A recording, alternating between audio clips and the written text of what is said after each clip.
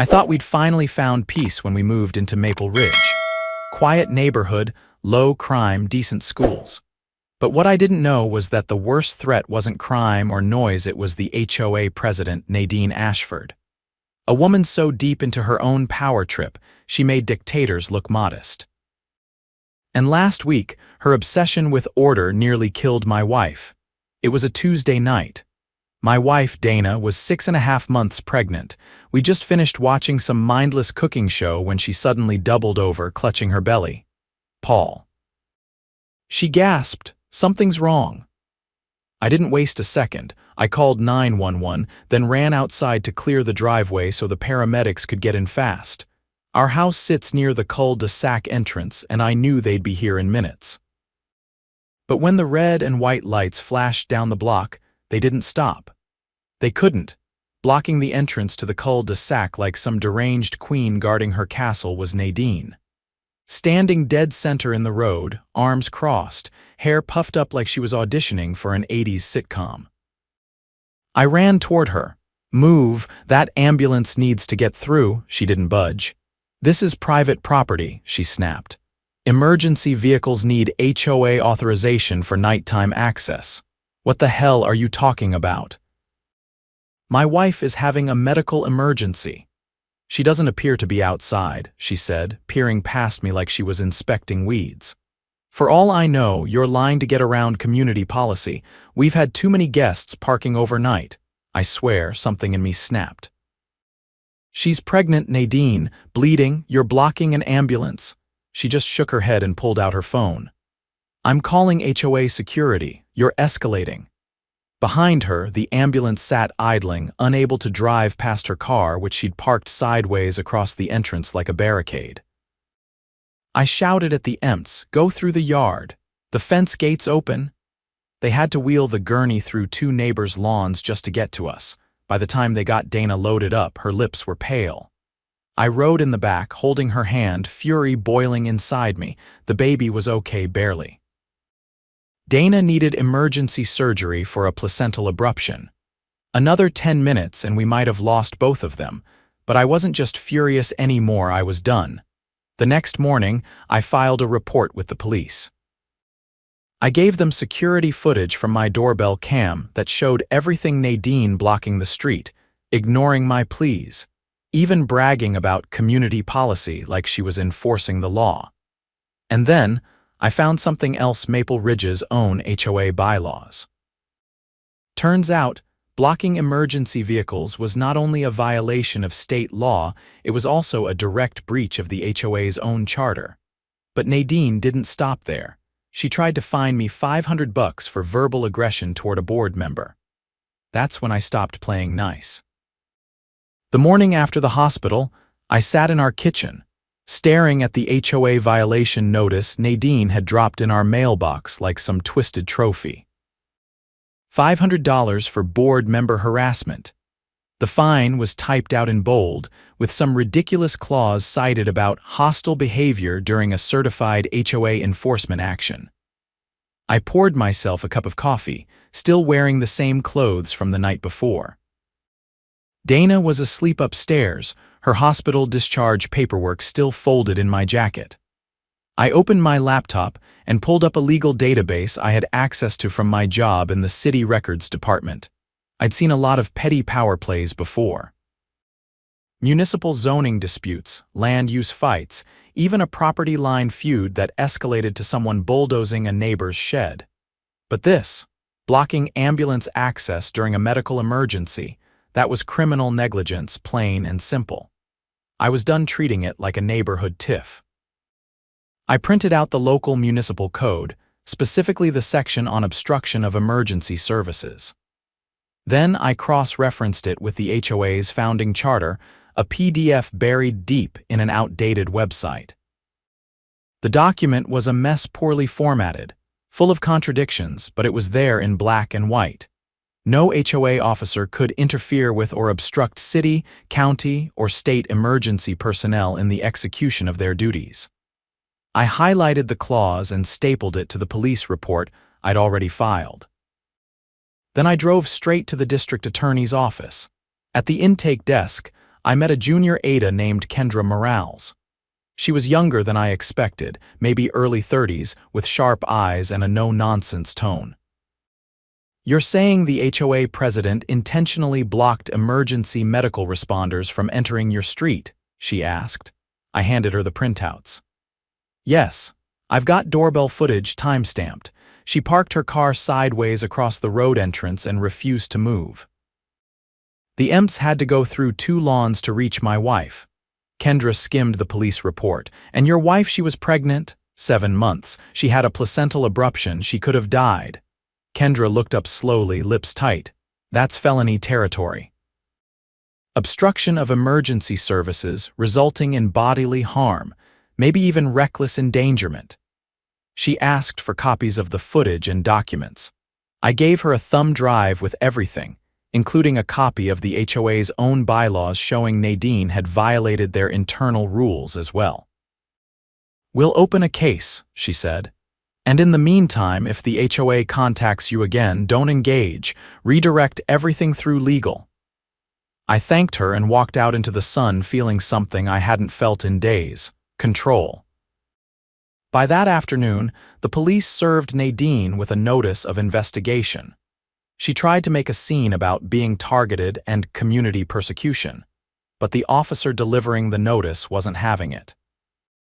He handed her the paperwork and walked away while she yelled about selective enforcement and political vendettas. I watched from my porch, arms crossed. 2 days later, I received a formal letter from the city prosecutor's office confirming the charges. Nadine Ashford was being charged with obstruction of emergency services, reckless endangerment, and unlawful interference with municipal operations. 3 separate counts, each carrying potential jail time, but she didn't back down. Instead, she doubled down. The HOA board sent out a mass email titled "Community Integrity Under Attack," painting Nadine as a victim of unjust legal action and claiming the charges were in retaliation for upholding neighborhood standards. Within hours, I started hearing from neighbors. Some were sympathetic. Others were confused. A few actually believed her, so I hosted a backyard town hall. We strung up some old Christmas lights and set out folding chairs. I brewed a huge pot of coffee and Dana, still recovering but sharp as ever, organized the printouts. We had 23 attendees the first night. I stood up and played the doorbell cam footage on a projector screen. The audio was clear. Everyone could hear me yelling for help, begging Nadine to move. They saw her standing there, stone-faced, as the ambulance sat stuck down the block. When the video ended, the silence hung heavy. Then someone finally spoke. "That's criminal," said Mr. Holden, a retired firefighter who lived 2 doors down. "She blocked a medical emergency. I don't care what bylaws she thinks she's enforcing." "It gets worse," I said. "She fined us $500 after the fact for yelling while my wife was being hauled into an ambulance." A woman from the end of the cul-de-sac raised her hand. "She fined me last year for having my niece's car in my driveway overnight. I paid it because I didn't want trouble." I nodded. "We've all been bullied, but now her actions nearly cost lives. This isn't just petty anymore, it's dangerous." By the end of the night, we had signatures for a petition to recall Nadine from the board. We also voted to request a temporary injunction to freeze all HOA fines and enforcement actions until after her criminal case was resolved. The next morning, I brought the petition to City Hall and filed it with the neighborhood registrar. The clerk raised her eyebrows when she saw the stack of signatures. "She must have really made people mad," she said. "She crossed a line," I replied. "And now she's going to see what happens when a community fights back." 2 weeks later, Nadine was arraigned in county court. I showed up early wearing a suit. Dana stayed home, but she made me promise to take notes. The courtroom was packed. Word had spread through the neighborhood, and at least a dozen residents sat in the back rows, arms folded, watching. Nadine walked in with her attorney, a silver-haired man who looked like he charged by the minute. She wore a navy blazer and carried a stack of documents she never got a chance to reference. The judge, a stern woman named Judge Holloway, looked unimpressed from the moment Nadine opened her mouth. "Your Honor, this is a misunderstanding," her lawyer began. "My client was exercising her authority as outlined in the Maple Ridge HOA charter." Judge Holloway held up a hand. "That charter does not override state law, Counselor. And obstruction of emergency services is not a civil matter, it's criminal." The prosecutor presented the footage, the HOA bylaws, and the EMP's written statements. They'd confirmed that the delay added 9 minutes to their response time. That 9 minutes had nearly cost Dana her life. Then came the kicker. The city had also subpoenaed Nadine's phone records. During the emergency, she had sent 3 messages to the HOA board. "He's exaggerating. I'm not budging. Let them find another way in. If we make an exception now, everyone's going to start claiming emergency. I'll fine him later for threatening me." The courtroom went silent again. When the bailiff played the audio of Nadine saying, "For all I know, you're lying," a woman in the audience muttered, "Unbelievable." The judge's face hardened.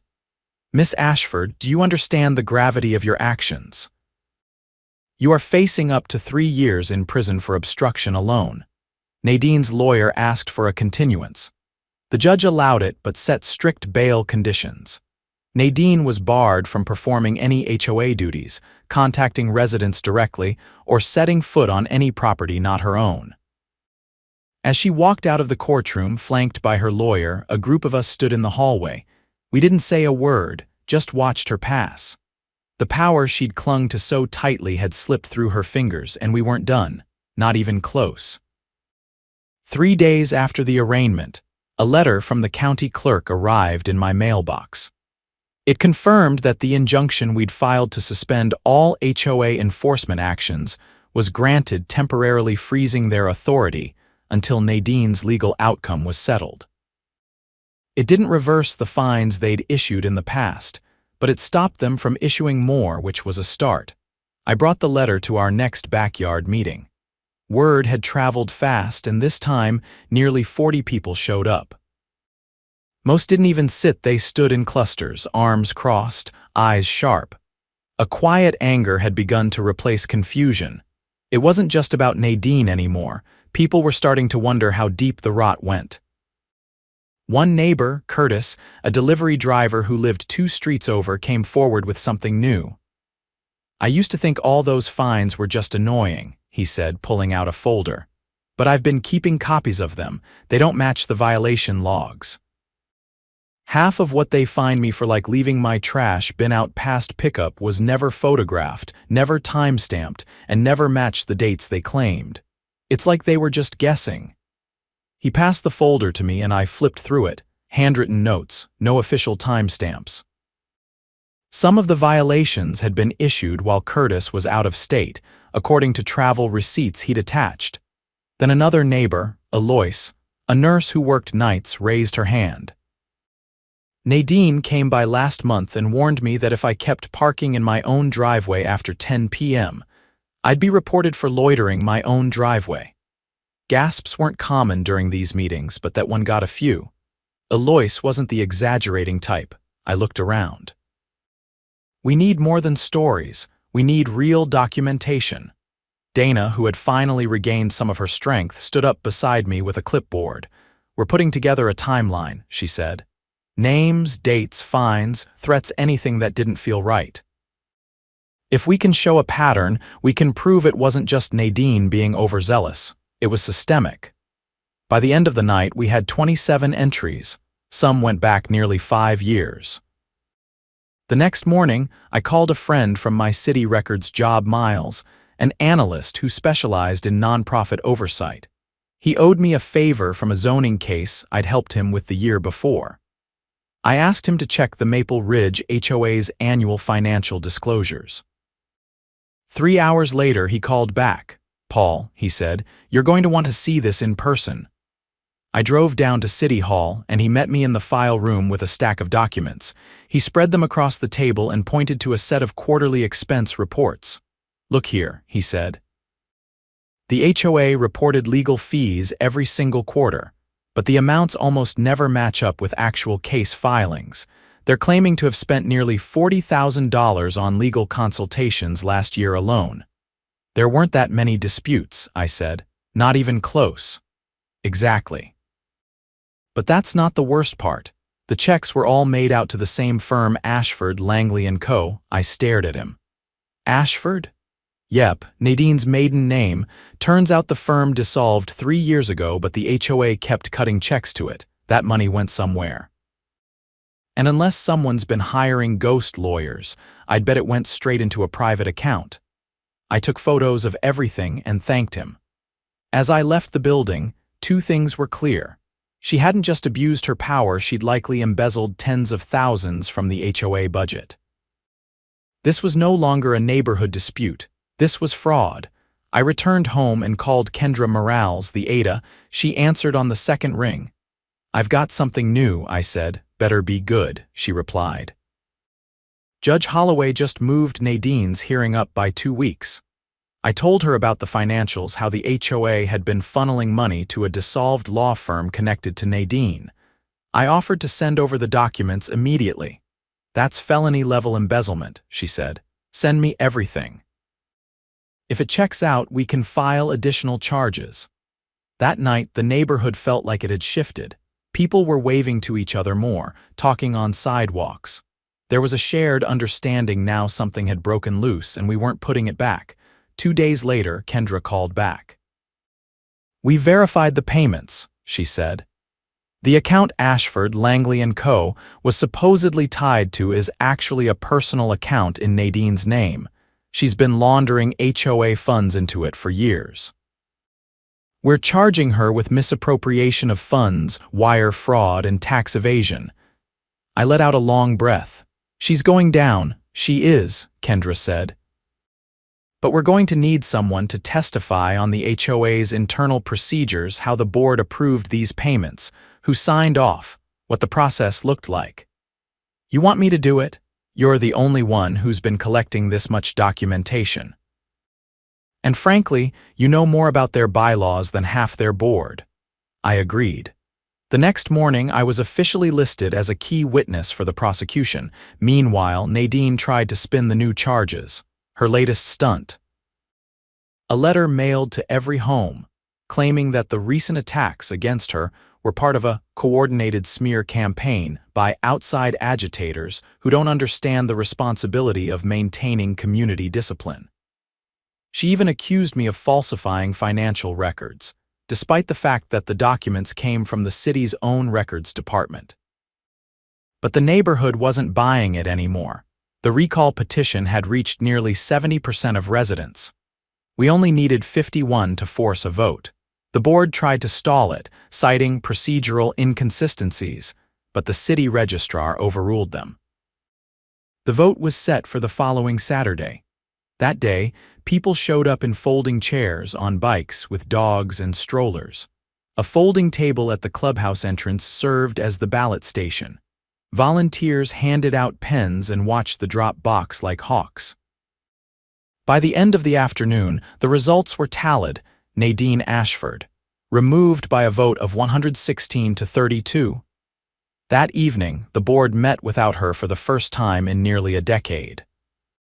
They appointed an interim president, a quiet, retired accountant named Glenn, who had never once issued a fine.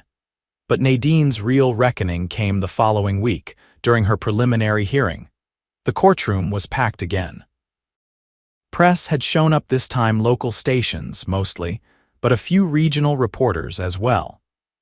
The idea of a neighborhood HOA president facing felony charges had caught more attention than we expected. Kendra laid out the charges in detail: obstruction of emergency services, reckless endangerment, and now, felony embezzlement and fraud. She presented the financial records, the checks, the fake law firm, and the false legal expenses. Then I took the stand. She asked me to describe the approval process for HOA spending, the typical procedures for legal consultations, and whether any of the transactions in question had gone through proper channels. "They never did," I said. "The board never voted on them. Nadine signed off on every check herself. The treasurer wasn't even aware these payments were happening." She nodded once. And to your knowledge, were any of these funds used to benefit the Maple Ridge community? No, I said. Not a single dollar. When I stepped down, Nadine's attorney tried to argue that the payments were for legal strategy consultations that didn't require board approval due to a clause in the founding charter. Judge Holloway interrupted him mid-sentence.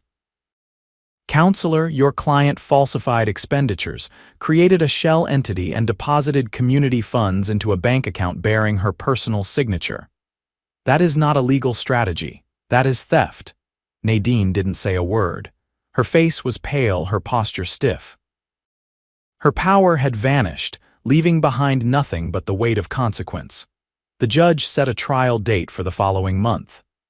Until then, Nadine was placed under court supervision and restricted from accessing any HOA or financial records. When the hearing ended, I stepped outside and saw Curtis handing out copies of the recall vote results. Alois was chatting with a reporter. Dana stood beside me, arms folded, eyes steady. We built something better, she said quietly, and we're just getting started. She was right. The HOA was no longer a weapon. It was becoming what it was always supposed to be, a tool for the people who lived there. And the woman who tried to turn it into her own private regime, she was finally about to face what she'd never expected: justice. The trial began on a cloudy Monday morning in late October. The courthouse parking lot was already half full when I pulled in. Reporters loitered near the entrance, murmuring into their phones and watching every car that arrived. I recognized a few neighbors among those walking up the steps, people who'd once kept to themselves now lining up to see justice unfold. Inside, the courtroom buzzed with low voices and shuffling papers. A bailiff called for silence just as the double doors opened, and Nadine entered, flanked by her new attorney, a stiff, red-faced man in a blazer that looked a size too tight. Her expression was unreadable, but her eyes scanned the room like she was still trying to assert control through sheer force of will. She didn't find it. The judge presiding over the trial was not Holloway this time. A new assignment had brought in Judge Rourke, a sharp-featured man with a dry tone and a reputation for cutting through theatrics. He glanced over the case file without looking up. "Defense ready?" The attorney cleared his throat. "Yes, Your Honor." "Prosecution?" Kendra stood. "Ready." The first day focused on the emergency obstruction charge. The prosecution had built a timeline that left no room for doubt. The EMTs testified first, describing in detail how they had to reroute their gurney through 2 adjacent properties, navigating uneven lawns and garden furniture to reach Dana. Their team lead, a paramedic named Morales, explained how the delay directly increased the risk of fetal distress. Next came the fire department captain, who confirmed that no HOA or private entity had the authority to restrict emergency vehicle access on any public easement, regardless of community rules. The courtroom grew still as he laid out protocols and the consequences of obstruction. Then Kendra called me back to the stand. She asked me about what I remembered from the night, the sequence of events, Nadine's refusal to move, and my attempts to reason with her. She didn't dwell on emotion. She didn't need to. The facts were brutal on their own. Did Miss Ashford ever acknowledge the medical emergency? Yes, I said. She said I might be lying to get around guest parking restrictions. Did she ever attempt to verify whether your wife was in distress? No, she stood in the road and told me she was calling HOA security. Kendra nodded. No further questions. The defense attorney rose and adjusted his cuffs. "Mr. Mason, were you emotionally distraught that night? My wife was bleeding." "Yes." "Is it possible you misinterpreted Miss Ashford's intentions?" I narrowed my eyes. She parked sideways in front of the entrance and refused to move while an ambulance sat behind her with flashing lights on. "That's not something you misinterpret." He shifted tactics. "You stated earlier that you yelled."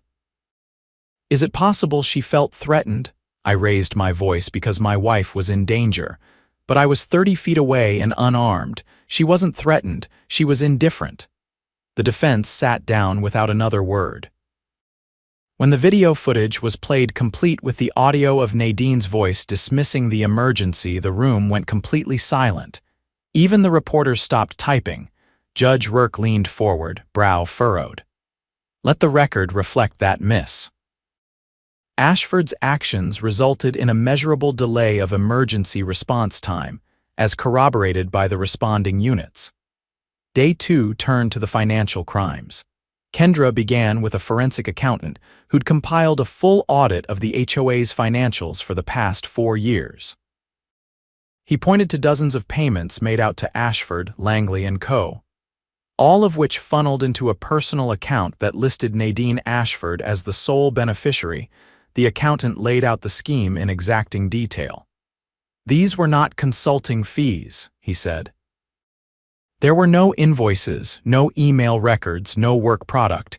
This was embezzlement disguised as legal expenditure.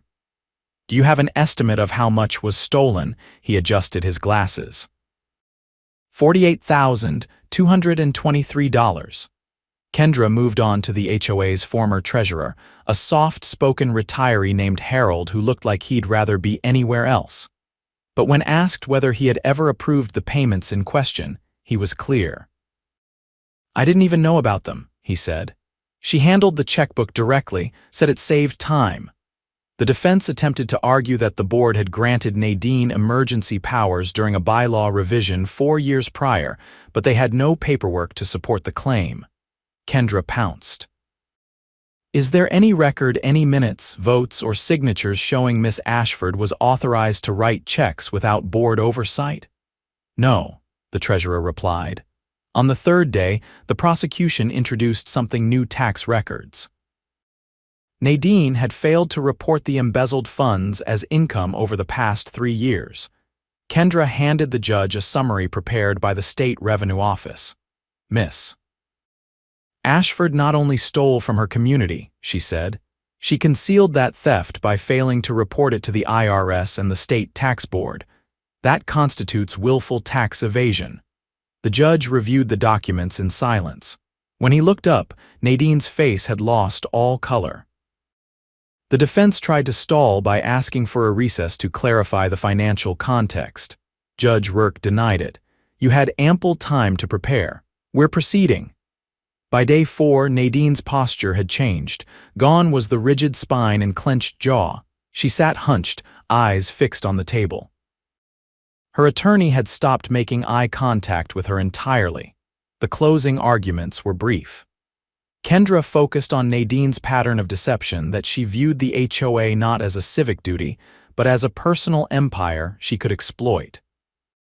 She left the jury with a single line. She didn't just enforce rules. She weaponized them for power, for control, and for profit. The defense offered a limp plea for leniency, citing Nadine's years of community service and emotional strain. But the jury wasn't moved. They deliberated for less than an hour. When they returned, the foreman stood and read the verdict in a clear, unwavering voice. On the charge of obstruction of emergency services, guilty. On the charge of reckless endangerment, guilty. On the charge of misappropriation of funds, guilty. On the charge of wire fraud, guilty. On the charge of tax evasion, guilty. Nadine didn't make a sound. She didn't look up. Her attorney placed a hand on her shoulder, but she didn't react to that either. Judge Rourke scheduled sentencing for the following week. Before adjourning, he addressed the courtroom. This case demonstrates the damage one person can do when given unchecked authority. It's a reminder that no one, regardless of title or tenure, is above the law. Outside, the mood was strangely quiet. Neighbors gathered in small groups on the courthouse steps, not cheering, not celebrating, just talking. Processing, Curtis approached me with a folded paper in hand. Found another old violation notice, backdated, no signature, might help with restitution. Thanks, I said. But I think her days of writing fake fines are over. Dana met me at the car. She didn't say anything at first, just wrapped her arms around me and held on. The breeze picked up, tugging at her jacket. She's out of power, she said finally. Really out, not just suspended. Not just shuffled around, she's done. We drove home through the quiet neighborhood. The Halloween decorations were starting to go up: cornstalks, pumpkins, a few overzealous spider webs. The street felt different now, not fixed, not perfect, but freer somehow. The fear that had hung over us for so long had finally cracked. A week later, Nadine was sentenced. She received 2 years in state prison for the obstruction and endangerment charges. The financial crimes added another 3 years, to be served consecutively. She was also ordered to pay restitution to the HOA and residents, along with back taxes and penalties to the state treasury. The board, now under Glenn's leadership, reopened the books and issued refunds for every improperly levied fine they could verify. They also voted to revise the enforcement process: no more solo decisions, no more unverified accusations. Every action now required a full board vote and documentation. I declined an invitation to join the new board. I told them I'd help from the sidelines, review policy drafts, and support transparency, but I wasn't interested in holding a gavel. We'd fought hard. We'd won. And now it was time to live. A week after sentencing, our daughter was born, healthy, strong, full head of dark hair. We named her Grace, a reminder of what we almost lost, and what we still had the power to protect. And as I held her in the quiet hospital room, I made her a promise. No one in this neighborhood, not another self-important tyrant in a blazer, not a board drunk on power, would ever stand in the way of someone's safety again. Not while I was around.